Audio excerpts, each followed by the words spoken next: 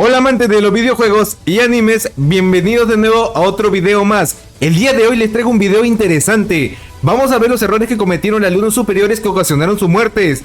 Y obviamente empezamos en orden.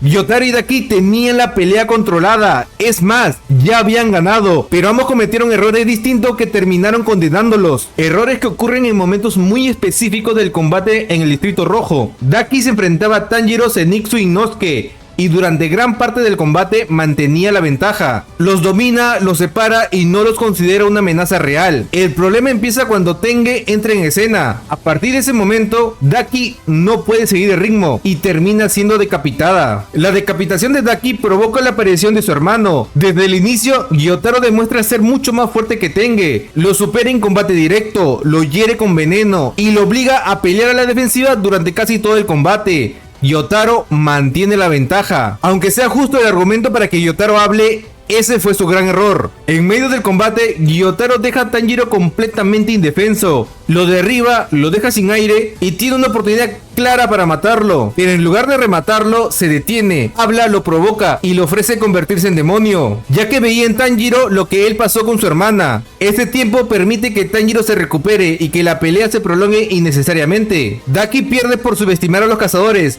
pensando que Tanjiro y compañía no podrían hacerle nada. Gyotaro pierde por no cerrar el combate cuando pudo y perder el tiempo hablando. Ese margen de tiempo fue lo suficiente para que Tenge se pueda recuperar y de esa manera puedan decapitar a ambos hermanos al mismo tiempo. No fue falta de poder, fueron decisiones equivocadas en momentos claves.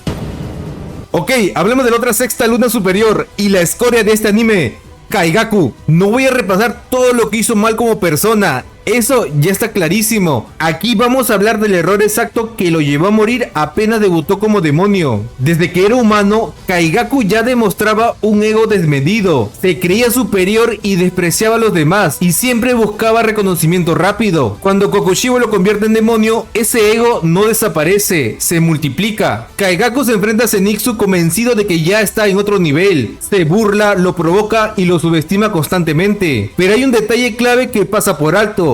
Kaigaku acaba de transformarse en demonio, no dominaba su poder, no tenía experiencia, no había pasado tiempo adaptándose a su nuevo cuerpo. Ser impaciente es lo peor que te puede pasar, y ese fue su segundo gran error. Kaigaku no esperó, no huyó, no ganó tiempo. Si hubiera pasado solo unos meses como demonio, su fuerza, su resistencia y control habrían sido muy superiores. En ese escenario, Zenitsu no habría tenido ninguna oportunidad, pero su ego lo empujó a pelear de inmediato, creyéndose invencible, antes de serlo realmente. El peor error de Kaigaku fue el mismo de siempre, su ego. Ese ego que tenía lo hizo creer que ya había ganado, cuando en realidad peleaba en su punto más débil como demonio. No perdió por falta de potencial, perdió por impaciente. Y realmente da gusto ver cómo terminó como personaje. En nada.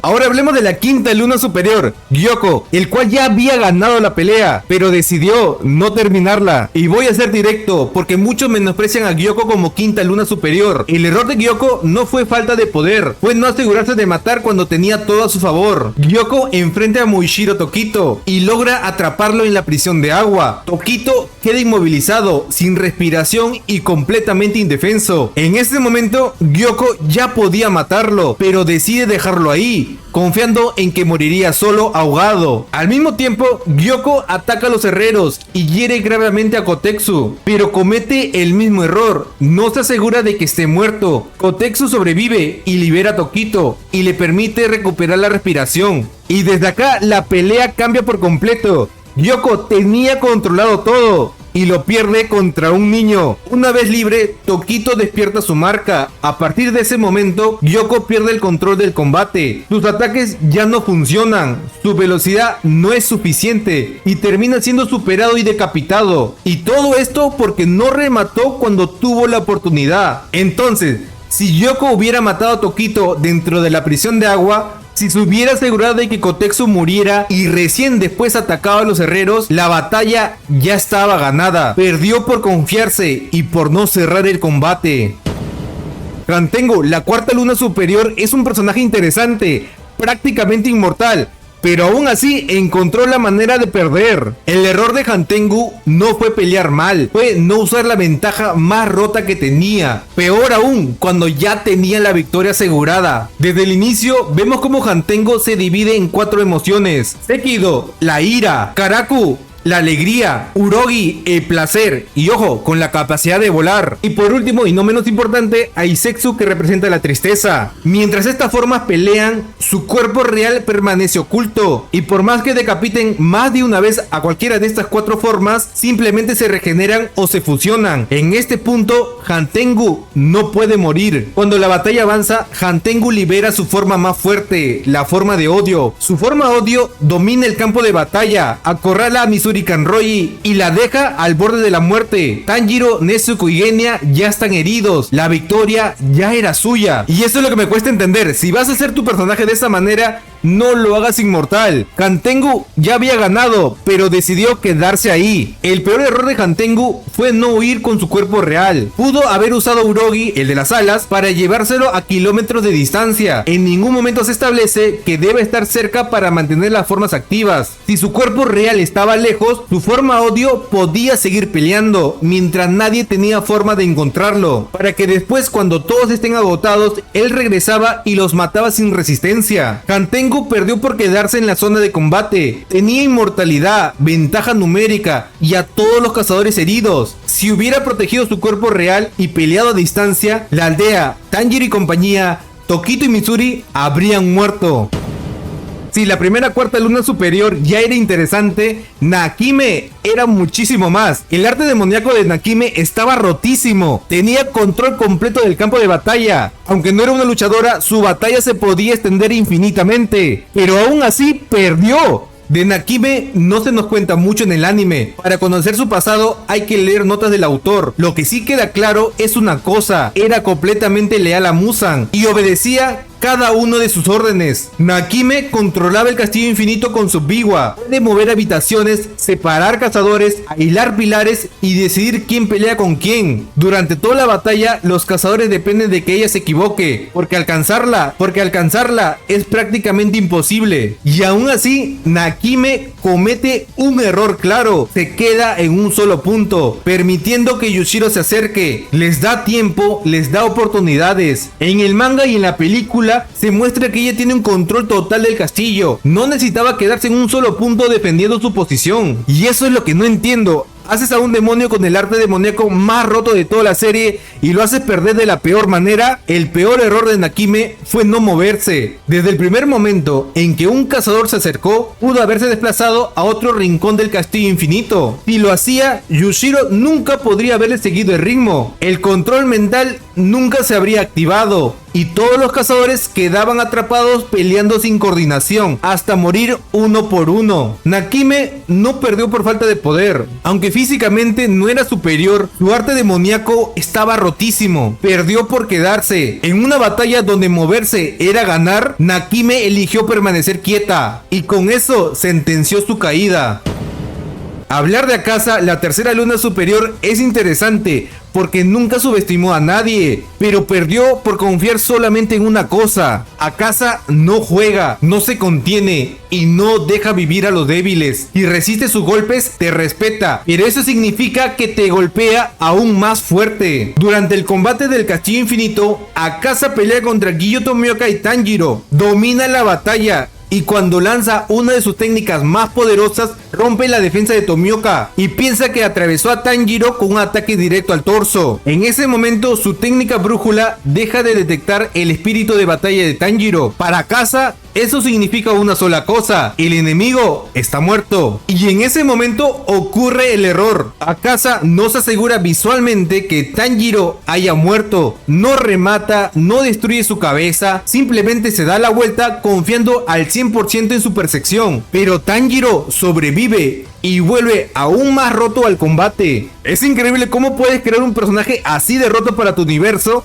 pero lo hace perder de la manera más tonta. Ese segundo de confianza lo cambia todo. Después Akaza es decapitado, pero aún así demuestra que ni siquiera eso lo mataba. Su cuerpo empieza a regenerarse. Ni Tanjiro ni Tomioka estaban en condiciones para enfrentarlo una vez más. Akaza ya había ganado. Pero entonces, usan un cliché narrativo bastante válido para un personaje como Akaza. Empieza a recordar su vida humana, a su maestro y a su amada Koyuki, y es cuando se da cuenta que ya no valía la pena y forzosamente detiene su regeneración. No fue superado en combate, fue vencido por su pasado y por la humanidad que aún le quedaba. El peor error de Akaza no fue técnico ni físico, fue confiar ciegamente en su brújula, en su técnica demoníaca y no confirmar la muerte de Tanjiro. Si lo hubiera rematado, la pelea terminaba ahí. Akaza no perdió por débil, perdió porque por primera vez bajó la guardia. Hablemos de Doma, la segunda luna superior. Doma no perdió por débil, y aunque muchos crean, tampoco perdió por el guión. Antes de seguir, algo importante: cuando se dice que un personaje pierde por el guión, normalmente se habla de decisiones forzadas, información sacada de la nada o errores que ese personaje nunca cometería según todo lo que ya mostró. Con Doma no pasa eso. Doma pelea contra Shinobu y luego contra Kanao Inosuke. Juega durante toda la pelea, resiste el veneno concentrado de Shinobu. Incluso después de ser decapitado por Kanao Inosuke, confirma que podía regenerarse, levantar la cabeza y acabar con todos ahí mismo. En términos de poder, Doma no estaba perdiendo, pero aún así no se regenera a tiempo, no remata, no se apresura. Él mismo deja claro que podía seguir luchando, pero simplemente no le importaba. Y a eso es lo que me refiero. Doma no perdió por el guión, perdió por cómo estaba escrito desde el inicio. Perder por escritura significa que un personaje cae por una característica establecida desde el principio. En el caso de Doma, esa característica es clara: no siente apego por su vida, no tiene miedo a morir, no tiene rabia por perder, no tiene una razón real para ganar. Por eso le da gracia el veneno, por eso no se regeneró cuando aún podía, por eso dejó que la pelea terminara ahí. Doma no perdió por falta de poder, realmente si él quería mataba a todos. Perdió porque no tenía un motivo para luchar hasta el final. La única desventaja real que tuvo Doma justamente fue esa personalidad que lo caracterizaba. Si a Doma le dieras tan solo un poquito de emociones, acabaríamos sin protagonistas. Y llegamos hasta el final. Kokushibo, la primera luna superior. Su poder era inmensamente superior a todos, pero cometió solo un error. Desde su primera aparición, Kokushibo demuestra una diferencia abismal de poder. No pelea en desventaja, no improvisa, no se equivoca en técnica, pero sí toma una decisión clave que lo condena. Kokushibo enfrenta a Mushiro Tokito y lo derrota de forma inmediata. Lo atraviesa con su espada y lo clava contra una columna, dejándolo completamente fuera de combate. En ese momento, Kokushibo pudo matarlo. No había resistencia, no había riesgo, pero comete el mismo error que todos los enemigos cliché: empieza a hablar y lo deja con vida. Luego de eso llegan Saneme y Gyomei. Ambos resisten el combate cuerpo a cuerpo, algo que ningún otro pilar podía hacer. Después interviene Genya, cuyo arte demoníaco actúa como un agente paralizante, limitando los movimientos de Kokushibo. Y finalmente Tokito regresa a la pelea y se sacrifica clavando su espada carmesí en el cuerpo de Kokushibo, deteniendo su regeneración. Y ojo, este punto es muy clave, y si no lo entiendes, déjame explicártelo. Para derrotar a la primera luna superior fueron necesarios 3 factores obligatorios. Número 1, 2 cazadores capaces de aguantarlo de frente. Si quitas a uno de estos 2 tanques y hubieras puesto a otro pilar, Kokushibo ganaba. Número 2, un elemento que limitara sus movimientos. Y aquí el arte demoníaco de Genya estaba rotísimo. Era tan poderoso que podía detener los movimientos de la primera luna superior. Y finalmente, la tercera razón, un sacrificio directo que le clavara una espada carmesí. En este caso fue Tokito. Si uno solo de estos elementos faltaba, Kokushibo no caía. Y recordemos que Tokito solo estuvo ahí porque Kokushibo no lo remató cuando pudo. El peor error de la primera luna superior fue no asegurar la muerte de Tokito. No fue por arrogancia, fue exceso de control y calma. Por este cliché que lo ponen a los villanos cuando son muy fuertes, se detienen a hablar, permitiendo que todas estas piezas necesarias se alineen contra él. Y eso sería todo por el video de hoy. Si has llegado hasta acá, significa que te gustó el video. No seas mentiroso. Pero ahora yo te pregunto, ¿tú hubieras cometido los mismos errores como Luna Superior? Déjame tu comentario aquí abajo. No olvides dejar tu like y compartirlo para que este contenido llegue a más personas. Y recuerda, en el universo del anime, lo inimaginable se vuelve real y lo extraordinario se transforma en leyenda. Cuídense. Hasta luego.